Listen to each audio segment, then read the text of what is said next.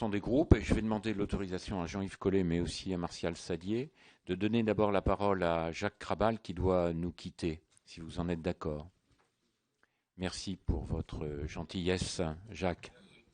Monsieur le Président, Messieurs les Présidents, et remercier Madame la Directrice Générale et Monsieur le Président de l'accompagner et puis de me donner la parole en premier. Donc, remercier également le Président de nous inviter à cette information qui s'inscrit, je n'en doute pas, dans les travaux de la transition énergétique. D'une part, je soulignais la dernière fois la cohérence de ces auditions, mais aussi dans la continuité de la réflexion que nous avons eue avec le préfet des Landes concernant donc la Commission nationale du grand débat. Donc, votre audition s'inscrit dans ces deux problématiques. On a bien compris que l'enjeu primordial, c'est le stockage des déchets nucléaires à moyenne et haute activité à vie moyenne et longue, plusieurs centaines de milliers d'années, prévus à Bure, dans la Meuse et dans ses environs, puisque le stockage des déchets à basse réactivité et vie courte et moyenne pose des problèmes importants, mais dont la complexité reste moindre par rapport aux autres. D'abord, il y a le coût du stockage, et puis la réversibilité du stockage que vous avez abordé.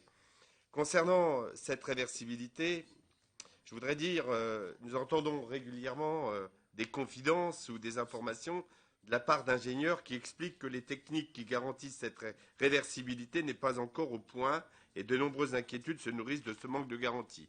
Alors, je voudrais savoir, là, j'ai senti des hésitations dans votre expression, pardonnez-moi de le dire comme ça, hein, puisque vous avez parlé de gouvernance de la réversibilité, mais avec beaucoup de doutes. Donc j'aimerais, je vous prie de m'excuser, de revenir sur cet élément qui est très important pour nous.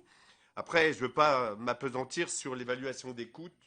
On a bien compris que cela se fait à travers des éléments d'évaluation qui sont difficiles à brander sur 100 ans. Ceci étant, on arrive avec des échelles qui apparaissent quand même très interpellantes, quoi. Pour nous, les élus, quelles décisions prendre par rapport à tant d'incertitudes? Donc c'est la question que je voulais vous poser. Comment pouvons-nous décider de quoi que ce soit si nous n'avons pas visibilité plus proche sur l'évolution des coûts? Après, l'ANDRA n'a pas reçu comme compétence de la part du législateur la possibilité de donner son avis sur les opérations de démantèlement, les stratégies et le coût. La loi de 91, c'est uniquement la compétence sur le stockage. La loi 2006 a élargi les compétences sur l'amont du stockage, c'est-à-dire sur les conditions des déchets radioactifs. Que pensez-vous de l'opportunité d'envisager une coopération renforcée avec EDF, le CEA et Areva en amont des stratégies de démantèlement sous l'angle des déchets, de donner la compétence à l'ANDRA de produire des rapports grâce à ses experts sur le retrait du combustible des centrales? Donc, je voudrais dire qu'en fonction du niveau d'activité et de la durée de la vie des déchets, la poursuite du programme nucléaire, même en prenant en compte le démantèlement des sites à venir, implique nécessairement de nouveaux sites de stockage. Se posent donc les questions des nouveaux lieux, des coûts, des financements. Pouvez-vous nous éclairer sur ces sujets, même si vous les avez abordés? Alors après, je voudrais revenir sur le grand débat CIGEO. Le préfet des Landes nous avait, comment dirais-je, apposé quelques bases sur cette concertation. Il y avait deux principes. La concertation, il disait, celui qui organise la concertation, et ce sera valable pour le débat sur la transition énergétique, mais également pour le vôtre, doit être neutre et indépendant. Et pour le prouver, s'abstenir tout au long du débat de donner le moindre avis. Est-ce que ce sera votre façon de procéder?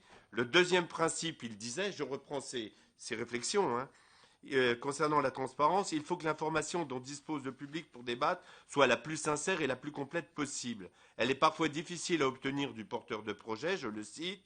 Dans le cadre du projet CIGEO, j'ai demandé à l'ANDRA un dossier comportant une grande partie pédagogique expliquant d'où proviennent les différents déchets radioactifs de haute et moyenne activité, quelles sont les différentes recherches menées depuis la loi pour évaluer les chances de savoir un jour séparer les actinides de l'uranium et du plutonium, ce qui permettrait de réduire les quantités stockées. Donc voilà ce qu'il disait. Donc je voudrais savoir comment comptez-vous reprendre cette problématique dans le cadre du grand débat. Et puis après, aujourd'hui, ce grand débat se télescope avec le débat sur la transition énergétique. Est-ce pour vous compatible ou pas, puisque j'ai vu qu'il y avait 44 associations environnementales et autres qui souhaitaient qu'on puisse y voir plus clair, et le report donc de ces grands débats. Donc je pense que ce débat est une grande chance pour la démocratie. Il ne faut pas que nous le rations. Hein. Nous avons modifié l'article 7 sur la charte de l'environnement, et comme je cite Jean de La Fontaine à la suite de chacune de mes interventions, il disait dans Les femmes et le secret, rien n'est plus lourd qu'un secret. Ouvrons les portes du débat public au plus grand nombre et sans aucune appréhension. Oui, il a dit ça, Jean de La Fontaine, en parlant des femmes. Oui, oui. Merci beaucoup. Je vous invite à tenir le temps de parole qui vous est imparti.